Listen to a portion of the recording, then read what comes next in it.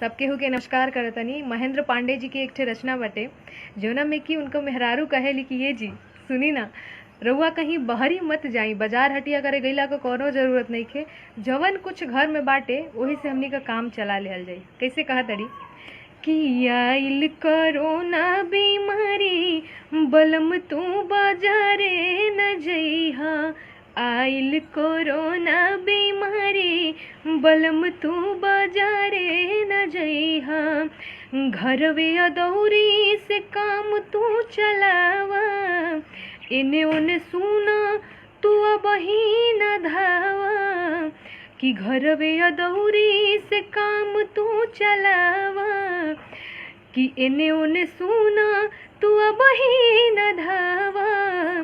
कि भइल आदेश सरकारी, भइल आदेश सरकारी बलम तू बाजारे न जइहा।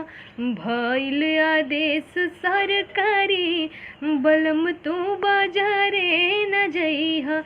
आइल कोरोना बीमारी बलम तू बाजारे न जइहा। आलूआ गोभी के बाटे सुखौटा, सूखल से मियाँ बाबहिले गोटा।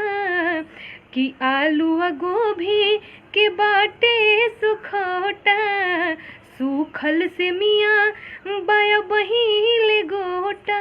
रोजे बनाइब पारा पारी, रोजे बनाइब पारा पारी बलम तू बाजारे न जइहा।